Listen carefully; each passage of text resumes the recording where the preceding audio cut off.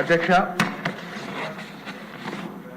2014-2019 సమయంలో ఉద్దానం ప్రాంతంలో వాళ్ళందరూ సిగ్నేచర్స్ ఉన్నాయి.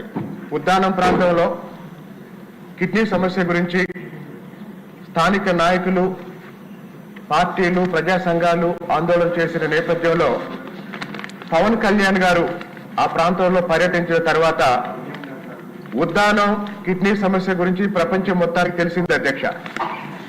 కానీ ఈ రాష్ట్రానికి తెలియంది, ఈ దేశానికి, ఈ ప్రపంచానికి తెలియాల్సిన ఇంకొక అంశం ఏంటంటే, రాజధానికి లేదా విజయవాడ నగరానికి 100 కిలోమీటర్ల దూరంలో ఉన్న తిరువూరు నియోజకవర్గంలో 4 మండలాల్లో 3 మండలాల్లో గంపలగూడెం మండలం, ఏకొండూరు మండలం, విసనపేట మండలం 3 మండలాల్లో దాదాపు 2,50,000 మంది ప్రజలు ఈరోజు కిడ్నీ వ్యాధిగ్రస్తుల లేదా కిడ్నీ సమస్యతో ఇబ్బందులు పడుతున్నారు అధ్యక్ష.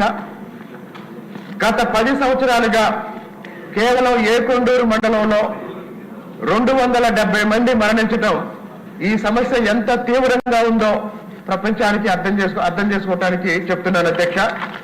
మాకున్న 4 మండలాల్లో ఏకొండూరు మండలంలో 13 గ్రామాల్లో, గంపలగూడెం మండలంలో 4 గ్రామాల్లో, విసనపేట మండలంలో 3 గ్రామాల్లో ఈరోజు తాగునీరులో ఫ్లోరైడ్, సిలికాన్ ఉండటం వల్ల వేలాది మంది కిడ్నీ వ్యాధిగ్రస్తులై ప్రతిరోజు ఏ తండా నుంచి ఏ సావు వార్త వినాల్సి వస్తుందనని భయపడుతూ బతుకుతున్నారు ప్రజలు.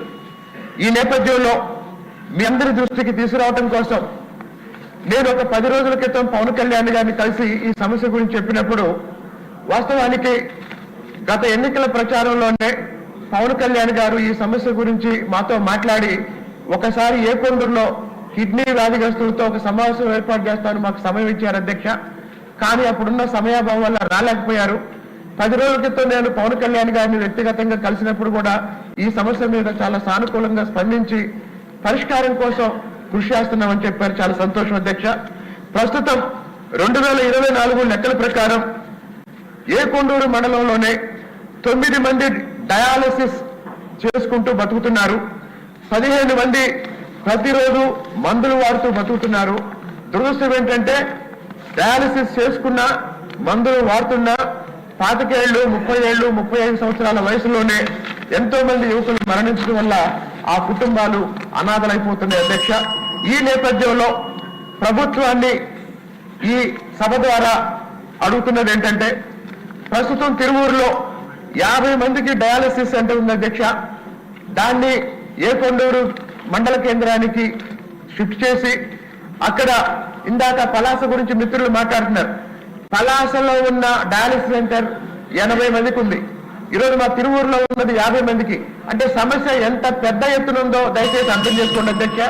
అదేవిధంగా ఈ డయాలసిస్ పేషెంట్స్ కి ఇచ్చే 10,000 పెన్షన్ ని 15,000 రూపాయలకి పెంచాలని, మందులు వాడే వాళ్ళకి అసలు పెన్షన్ లేదు అధ్యక్ష. వాళ్ళకి దయచేసి 5,000 రూపాయలు ప్రతి నెల పెన్షన్ ఇవ్వాలని విజ్ఞప్తి చేస్తూ, దానితో పాటు తీవ్ర మంచినీటి ఇబ్బంది ఎదుర్కొంటున్న తిరువూరు పట్టణానికి వీలైనంత త్వరగా యుద్ధ ప్రాతిపదికన జల్ జీవన్ మిషన్ ద్వారా ఇంటింటికి మంచినీరిచ్చే పథకాన్ని పూర్తి చేయమని సంబంధిత మంత్రి గారిని మీ ద్వారా విజ్ఞప్తి చేస్తున్నాను. అదేవిధంగా గత ప్రభుత్వం పూర్తిగా నెగ్లెక్ట్ చేసినటువంటి తిరువూరు డివిజన్ కేంద్రంలో డివిజన్ స్థాయి కార్యాలయాలన్నీ, అంటే ఆర్టీఓ ఆఫీస్ కానీ, డీసీపీ ఆఫీస్ కానీ, డివిజన్ కి సంబంధించిన అన్ని కార్యాలయాలు తిరువూరులో ఏర్పాటు చేయాలని మీ ద్వారా ప్రభుత్వానికి విజ్ఞప్తి చేస్తున్నారు అధ్యక్ష. అచ్చెన్నాయుడు గారు.